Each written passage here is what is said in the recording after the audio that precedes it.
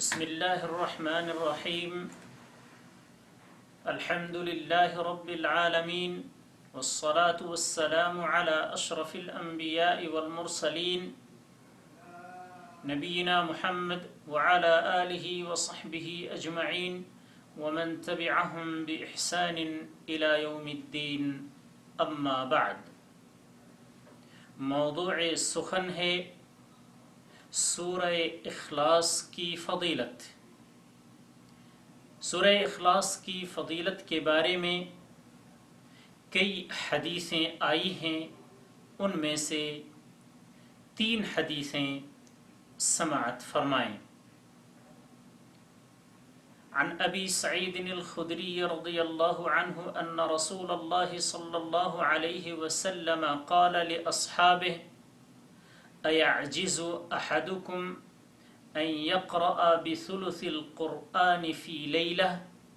فشق ذلك عليهم وقالوا أينا يطيق ذلك يا رسول الله؟ فقال قل هو الله أحد الله الصمد ثلث القرآن۔ رواہ البخاری۔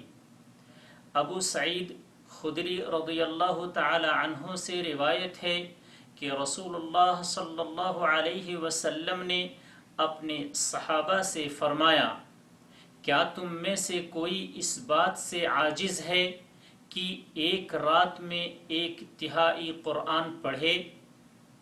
یہ بات صحابہ رضی اللہ عنہم کو گراں معلوم ہوئی اور انہوں نے کہا، اے اللہ کے رسول، ہم میں سے کون اس کی طاقت رکھتا ہے؟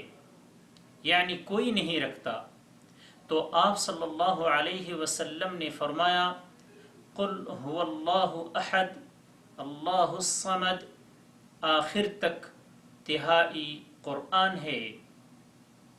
یہ بخاری کی حدیث ہے۔ وعنه رضي الله عنه أن رجلا سمع رجلا يقرأ قل هو الله أحد يرددها، فلما أصبح جاء إلى رسول الله صلى الله عليه وسلم فذكر ذلك له، وكان الرجل يتقالها، فقال رسول الله صلى الله عليه وسلم والذي نفسي بيده انها لتعدل ثلث القرآن۔ رواہ البخاری۔